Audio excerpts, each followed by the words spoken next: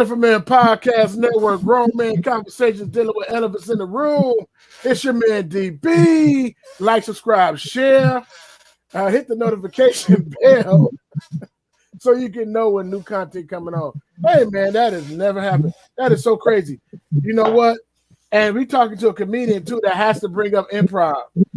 So, man, improv is gotta be key sometimes. You know, you wrote the joke and it ain't going right, and you gotta improv that time. Yeah.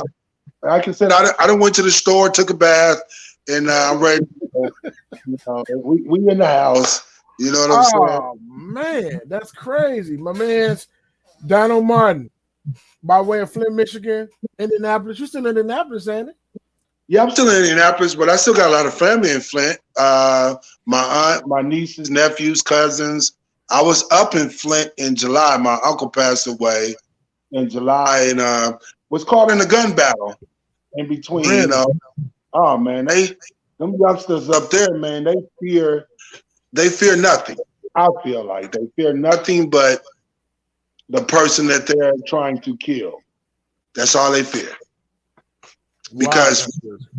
Because fear produces violence. Okay. That's does. Crazy. Yeah. That's why we can talk about police brutality and murders, because a lot of times policemen are afraid of us. Okay. So they just violence. They think about it.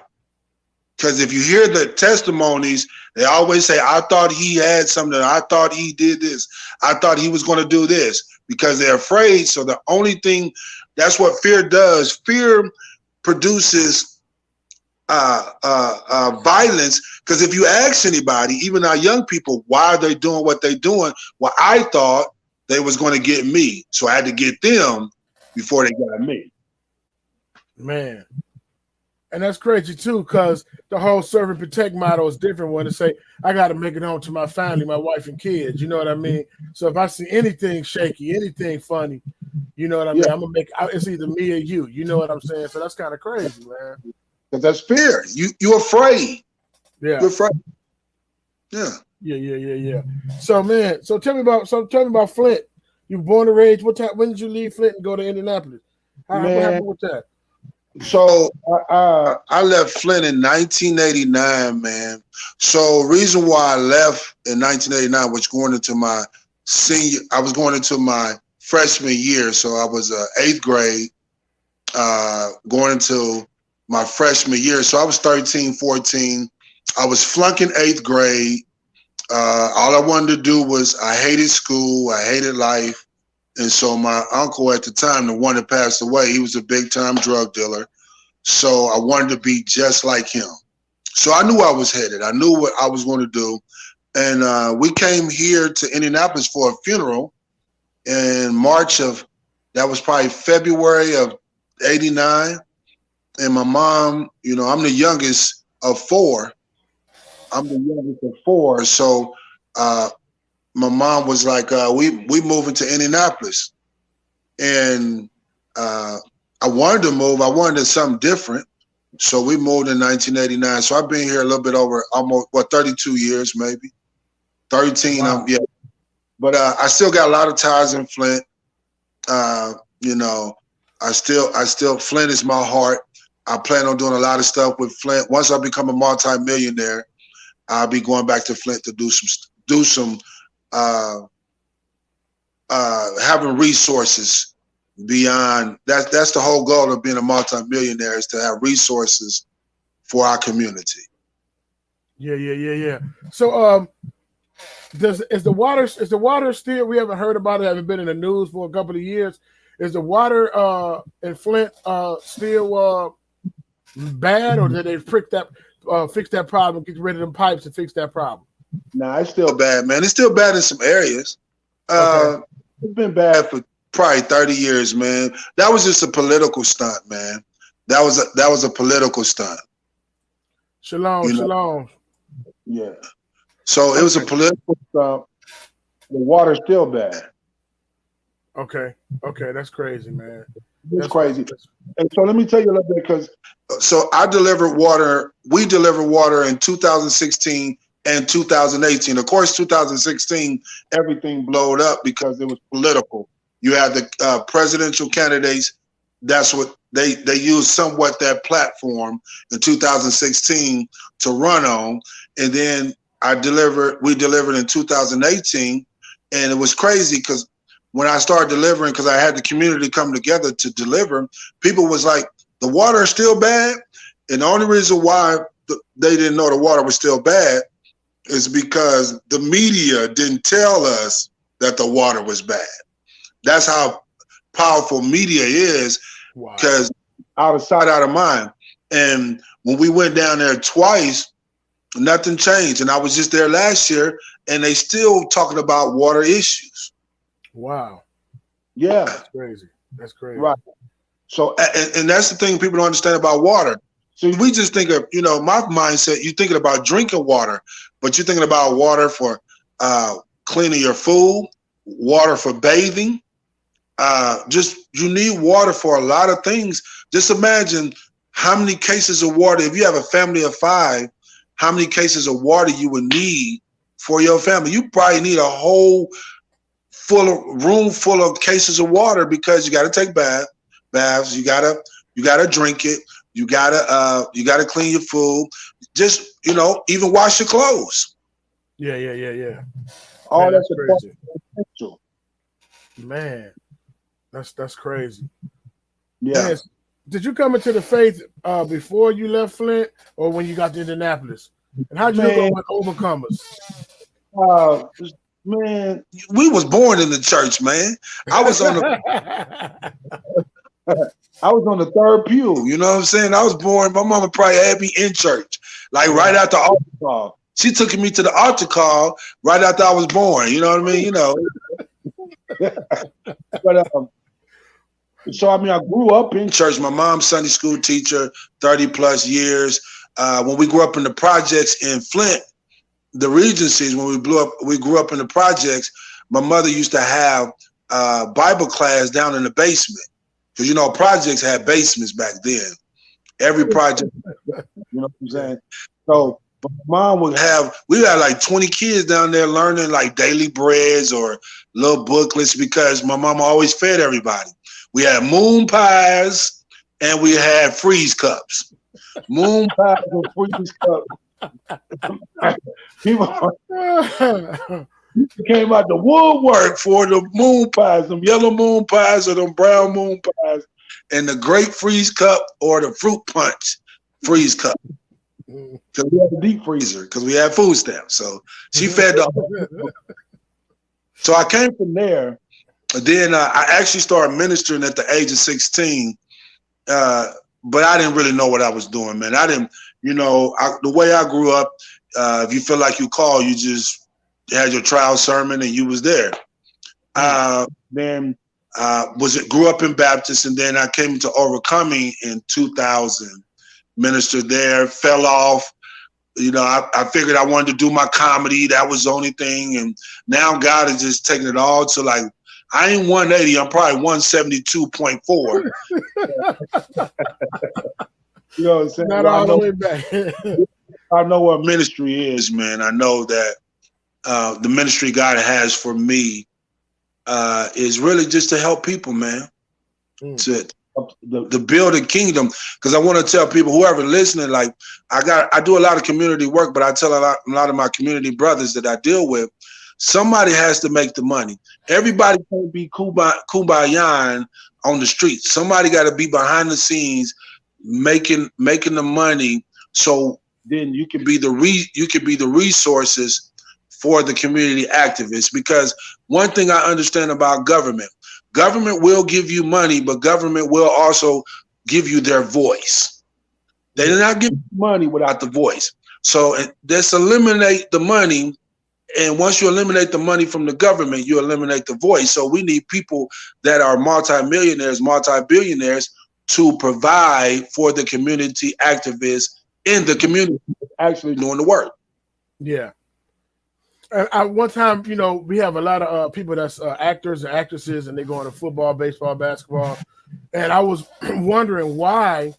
Some of them do give back. They have different camps and stuff, but I was wondering why we have a nice amount of, I ain't gonna say a decent amount of millionaires and a couple of sprinkle of billionaires, like why they wouldn't turn back around.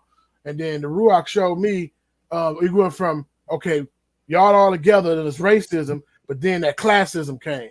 So it's like, man, you can't be with them no more. If you want to keep your wealth, you want to keep your money, you're on a different level now. And so whether it's to protect their wealth or whether they're guilty because they got an old big mama in them and everybody, some of the money take care of everybody.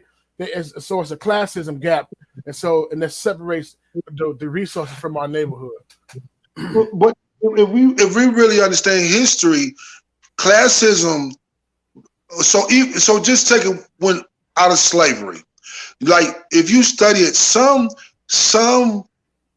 I don't want to say good masters because there was some masters that actually gave land and gave wealth to their slaves. So some blacks actually came out of slavery with a lot of money. Well, that's why you deal with the classism. Like so when you look at it, classism has been going on a long time because you look at history. Every slave, some slaves didn't want to get the 40 acres and a mule. Some slaves did get it, and they build on it. So when you deal with classism is our biggest problem in our community, because what happens is once we get a little money, guess what? We move out of the neighborhood. Look at our churches. Most of our churches are in the neighborhood, but 90% of the people that go to the churches in the hood don't even live in the hood. They don't. And so we'll go from 11 to 1 to the hood on Sunday and then 7 to 8 on Tuesday or Wednesday, but we have no connection because classism says, we may be serving the same God, the same Christ, but I'm blessed more than you because I have more, because we acquire blessings by material. Okay. And so that's a part of classism. You know how it is. You got a big old house. You walk in your house. I'm blessed. No, you wasn't blessed. You was actually blessed when you didn't have nothing. If you have Christ, if you have the anointed one, you're always blessed, but that's part of classism as well. Classism is killing us in our black community, or I don't even want, black is so general nowadays. I just say in our people's community. Yeah. That's what's up. So I say, they said preacher. They said preacher. Yeah, all right. It looked like Ghost. Oh, there's no image on there, but that's fine. Right. but look, right. So I need an offering afterwards. I tell them. I always say, propaganda don't work unless you believe it. Feel what I'm saying? Propaganda don't work unless you believe it. Tell me about this change the image that you got going. What is that? Is that geared towards the young people, the old people? Who's that? What's going on with that? Change the image. So change the image. It seemed for me as it evolved into some other things. At first, it was just putting up putting up excellence, putting up us, showing us who we really are. Because I got tired of seeing negative things on Facebook, Twitter, World Star, whatever, showing the negativity of our people. And I'm saying there's more greatness than it is weaknesses or negativity in our people. You and I, we got too many friends that got dope children. They got children that are doing great things. So I said, let's change the image where I'm going to put in people's face, not for them, not for the other race, not for us, but to put in our face to let us know we are great. no matter what it is. So whatever positive things was coming, we buying land, we becoming the first this, we doing these great things. So I'm like, we got to change the image. And what's ironic though is, guess what happened?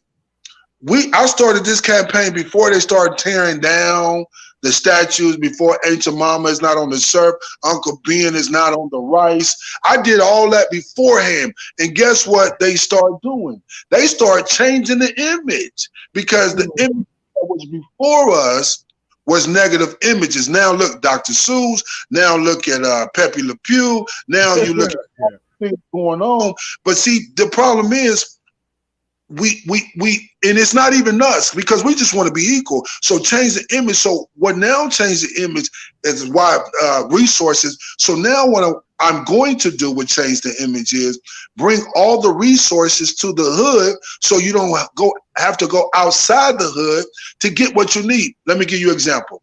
Mm-hmm. Like in the hood, there's a lot of chicken places. There's chicken everywhere in the hood. Mm-hmm. But in our hood, there's not one that looks like us. Matter of fact, they won't even hire us. They will hire a young I gotta say black, because that's what we're gonna say, a young black woman to run the cash register, but there's normally no type of black male, any type of black presence in the chicken place. So and I know there are plenty of big mamas, big sisters, big aunties that can cook some chicken. Mm-hmm. Hands down. So think about it. What I'm going to do is, if you're good at cooking chicken, I'm going to create a restaurant for you. I need, in every black neighborhood, I need 7 restaurants that I'm going to invest in. 7. Why do I need 7? Because if I invest in your chicken place, you are required to feed the hungry one time a week. So if I get 7 restaurants in a neighborhood, guess what? No one goes hungry. Mm. But you're only required to do one day. One day. But if I got 7 in the hood, I got people eating every day that needs to eat. So that's part of changing the image. Another thing, a part of changing the image is so we need mechanics. We need mechanics in our neighborhood. Why don't we raise up people? We send them to mechanic school or whatever, automotive school. Yeah. But you require, once you graduate, you require to fix everybody in your neighborhood, like single parents, fathers or mothers or whatever. You require, or senior citizens, you're going to be required to volunteer some of your mechanic skills in the neighborhood. You see what I'm following me? Change the image. I'm gonna send young ladies or young men, it don't matter, to go to school to be a nail tech. Because then you're going to be required to go to the senior citizen homes and do their nails. Because guess what you're doing? You're bridging the gap. You got Mother Bueller and LaQuisha talking to each other while she's doing her nails. And LaQuisha will find out that Mother Bueller has some of the same issues she having at 25 that she had at 25, even though it was 1962. Yeah. Now you're bridging the gap. So that's all about changing. I can go on and on. Lawyer, same thing. Doctor, same. You become a lawyer. Now you got to defend the neighborhood. Because regardless of if the hood is bad, everybody, if you're an American, you're supposed to have proper representation when you go to court. It don't matter. So that's changing the image. Man, that's amazing, man. And you talk about that gap too. You know what I mean? It's like a disconnect between the young and the old. You know what I mean? Then we all human. There's nothing new under the sun. We might have more technology and stuff today, but we dealing with the same issues that they dealt with. You know what I mean? Back in the day. So that being able to communicate, and I say it is a lot of wealth in the old folks' home, and the elderly, in the retirement centers, retirement homes. I think it's a lot of wealth. So if they are not senile, but they can really have a decent conversation with you, you can pull out a lot of gems. You can pull out a lot of stuff before they check out. You know what I mean? And be able to talk to them. And then another thing too, Sister Shonda Large was talking about the invisible people. I guess it's a document about that. Was like some homeless people step over it and walk around them like they're not even there, and they just want you to, you know, they got wealth, a lot of wealth too for them to even get there. You know what I mean? They ain't they just crazy. No, be able to sit and conversate with them and buy something for them and chat with them. So these are different things about changing the image too and building the community up too, because we like status chasing and all of that. And oh man, he ain't got nothing. So he had nothing for me, but he can put you on game and tell you a lot of good different things and some pitfalls to avoid. You feel? So let me show you what the, because that's interesting you say that, because we talk about the gap. If God really showed me this, if we really read the Bible and study the Bible like we should, we know there's parts of the Bible that's not in there. We know that. So, okay, I like that vision. All right, support the vision, pray for the vision. So this is what I want. You look at Genesis and you look at Exodus. You know, in Genesis, Joseph was powerful, but him and his brothers, everybody died. And the Egyptian king put the children of Israel in bondage, or the Hebrews, he put them in bondage. You know why? Because the Bible says that the king did not know Joseph. The king did not know Joseph. That's the gap I'm talking about. How did the king did not know Joseph? It's because the people forgot to continue to tell the talk, or continue to testify of how great Joseph was. And that's the problem with our children now, is because our children don't know our history, because we don't teach our history anymore. We wait till February 1st to February 28th. And if it's leap year, February 29th. Man, that's crazy. So how do we expect people to respect us as human beings when we don't even know and we don't even tell our own history whenever? Think about it. The Pharaoh did not know Joseph. How in the world you could not know Joseph when how powerful he was? Because Joseph's people stopped talking about Joseph. Yeah. So that's why I changed. That's interesting you said that about the Black History Month. So it's like almost like a space created, and then we bite the bait every time. And I'm not saying we shouldn't do Black History Month, but it's already in our mind to cut it off once that last day hit. In closing, Black History Month, It's like, no, man, we're excellent 24/7, 365. We contribute to this nation. We contribute to a lot of things. But it's like, I'm going to give you this little space. All right, go ahead and pull out your Booker T. Washington posters or whatever. Hang them up there. They curling up on the wall and everything. But just know on the 28th, that picture better come down. Why we can't leave them up? Oh, it's Women's Month now. You feel what I'm saying? Going now to put some green up because it's, and y'all and so it's like, no, we need to continue to talk about it. You know what I mean? And continue to know about it. And even with the hip hop, you know what I mean? Coming up in the golden age era of hip hop, and like a lot of the young guys now, they like, man, I don't care about no Cool Herc, all of them dudes. You know what I mean? But it's like, these are the foundation. You got. I think you should understand what you into. You said that's part of your craft. It's part of your music. You need to know what's going on with that. At least know the history of it. You know what I'm saying? But I guess because we was closer to when it started, the genesis of it. So it's not that hard to look back and say, okay, I understand Bambaataa and all of those guys like that. But people need to know that. People need to know history. They need to expand the history. Certain books is hidden. Certain maps is hidden. Certain things is hidden. Certain cultural things. And the interesting thing is, take the culture, put it in the bottle and sell it, and you get none of the revenue off of it. You might get a dime off of it, and everybody is benefiting off your culture. And I just think that is insane. You know what I mean? Right. Because this is crazy, talking about the culture. So I work 2 hours away from home. I live in central Indiana, Indianapolis, but I work in southern Indiana. Sometimes I would keep it on the same I would keep it on the same. What's up? What's up? Real. Yeah, what's up, bro?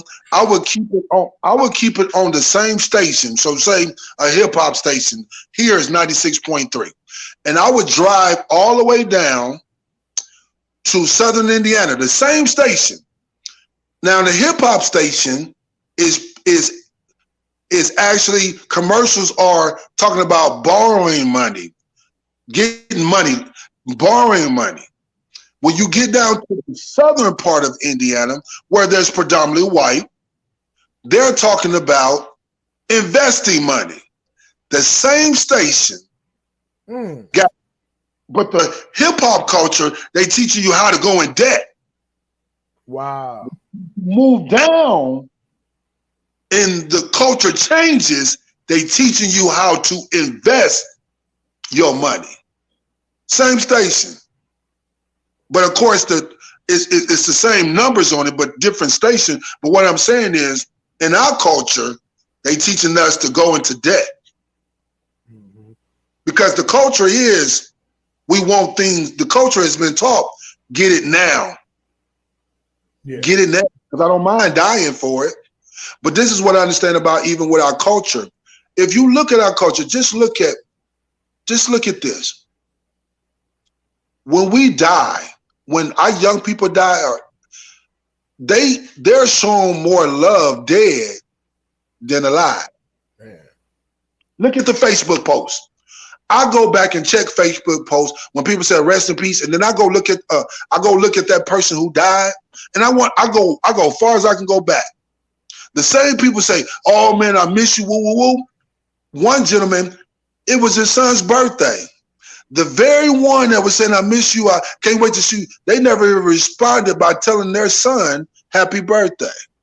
How can you miss somebody and you all on their page when they dead, but when they're alive, you know where to be found? Because our culture is you're more popular dead than alive. Think about Papa Smoke. Think about Mo 3. Think about King Von. Their music, if you look at their music now, they done made more money being dead. Tupac, Biggie. Yeah. They done made more money dead than alive. Because, see, this is what we don't understand. The culture, this is what our young people don't understand. The culture is so bigger than you that it doesn't need you, but it will use you. It doesn't need you, but it will use you. Man, that's it.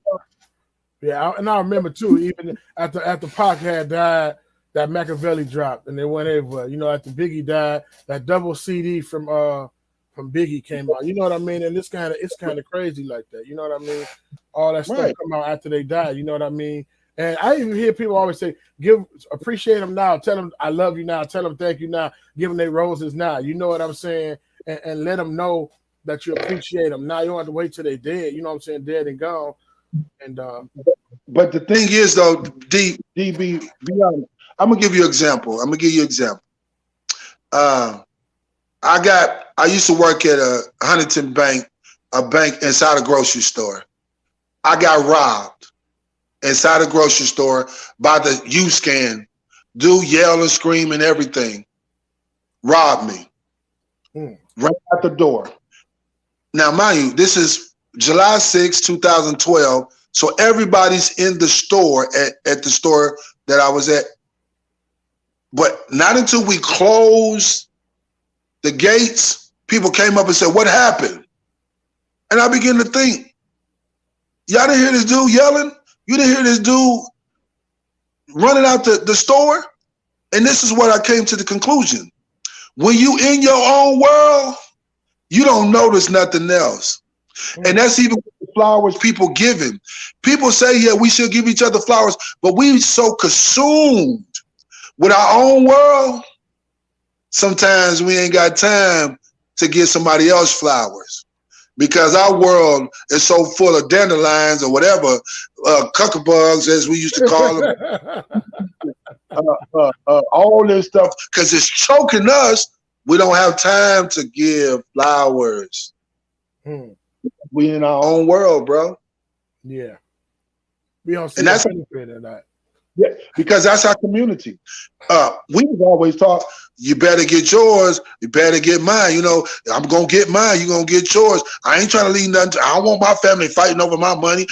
You get yours, I'm gonna get mine. Because that's our culture. I'm willing to do whatever I need to do to get mine. And if I die with mine, at least I live as a legend that, man, he was a soldier, she was a soldier, she was a trooper, even though what he or she is leading them to destruction. Because that's the culture. And that's why I got the image. Man, it's all of them. That's powerful, man. That's powerful. So are you doing anything in the community? You got anything coming up as far as in the city? Man, they going crazy down there in Naptown, man. So many deaths and murders. The murders increasing, the shooting. I'm like, man, it's going crazy. It's a lot of stuff going on, man. Because so in the community, the thing is, Indianapolis is blended with everybody. You got people from Flint, you got people from Detroit, you got people from GI, you got people from Chicago, you got people from Louisville, you got people from all over, you got people from Cincinnati, you got people, everyone moving to Indianapolis. You got all these different people on how they handle things. And so now it's becoming where it's just a mix of people and they're not handling it right. So what I'm doing in the community is, that's why I'm creating these opportunities where, I got a podcast that's coming out, a podcast called You're Winning. And so the podcast is going to be bringing different resources to our community and others, to community, to let them know this is what we're going to do. So I do a lot of mentoring. Actually, it's crazy. God has me at this point where I'm mentoring I'm mentoring the people that are doing the mentoring, or I'm praying for them. I'm talking to them, but also making myself available where I talk to young people, where I go to the school, where I'm able to sit down with them and have lunch with them and do these things one-on-one, and just basically not to be the loud voice, but just to be the example on a daily basis. I mean, people see my life. I'm a very open book, and I let people know what I have. You can have. You unstoppable. You can be unstoppable. And so, but my community starts with my own children. That's the first community, and then I'm teaching my children to then be a extension of what I'm saying to their peers, because they're willing to listen to them sometimes more than they listen to me. Yeah. Man, that's amazing, man. Shout out. So you've been married for 2 years, huh? Going on May 26th, you're gonna be 2 years. Yeah, sure. Yeah, that's awesome, man. Man, you're doing big things, man. That's what's up. And then you was basically saying this was your second marriage, but you learned something from that marriage in order to see what's going on in this marriage. I was the problem. I mean, see this is the thing. I talk about manipulation. Yeah, manipulation that causes a lot of problems in marriages, because we only do things to get something in return. We only say sorry so the other individual can say sorry back to us. Because if they don't say sorry, we be like, well, I'm taking my sorry back. We do things, but we do things because we want something in return, instead of just doing it because this is what I decide and I choose to do with nothing in return. Because manipulation say, I'll do it, but I want. I'll do it, but I want. It could be any area of your life. So I understood in this marriage, I was the number one problem in the first marriage. That same person was brought into this marriage. And now I understand I got to work on me, because once you work on the individual, that will work on the marriage, on the couple. Work on it, but it's a process every day, man. It's a process every day. Man, that's what's up, man. Every day, where I have to understand that it's me. Yeah, you're right. Oh Lord, standing in the need of prayer. Absolutely. So I learned that. So we still growing. You know, I understand that, man, when you deal with so many issues and childhood issues and things, see, let me tell you about transparency. See, people get transparency mixed up with testimony. See, people say they transparent, but you're telling a testimony because it's already happened. It's done. I remember when we was, but transparency is when you in that situation right now and you still be able to say, this is where we at, but we not always going to be here. But right now, we mad at each other. Right now, we done cuss each other out. Right now, we done turn our backs on each other. Right now, but it ain't always going to be like this. That's transparency. Testimony is when it's already over. And so people want to say, I'm being transparent. No, you telling me a testimony. So in marriage, I'm being transparent to say, listen, I understand who's the number one problem. I just carried that over to another relationship.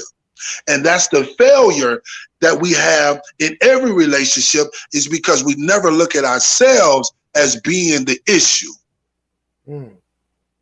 So I'm like, and so I'm free because I know that I got some glitches, I got some issues that needs tissue.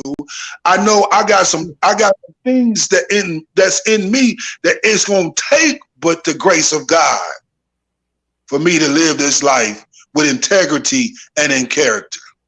Wow, that's what's up, man. Tell me a little bit more about this comedy. How'd you get into it? And you was like in South Carolina. You was been all over this country doing comedy, man. Yeah, I just got back from LA. Wow. Fitness, and I was working out. Did you hear me? You just got back from LA Fitness. I'm like, wait a minute. I'm thinking like, is it an arena? He just got back from LA Fitness working out. I'm like, wait a minute. Is that the Staples? Like, you got me, man. I'm like, LA Fitness. Hey, man, that was a good one. I'm thinking like, what in the world? Where that stadium? And you know what? I'm thinking in real time, like, where that stadium at? Is that a smaller stadium next to the road? Like, you just got back from LA Fitness. Man, that's crazy, man. So the comedy is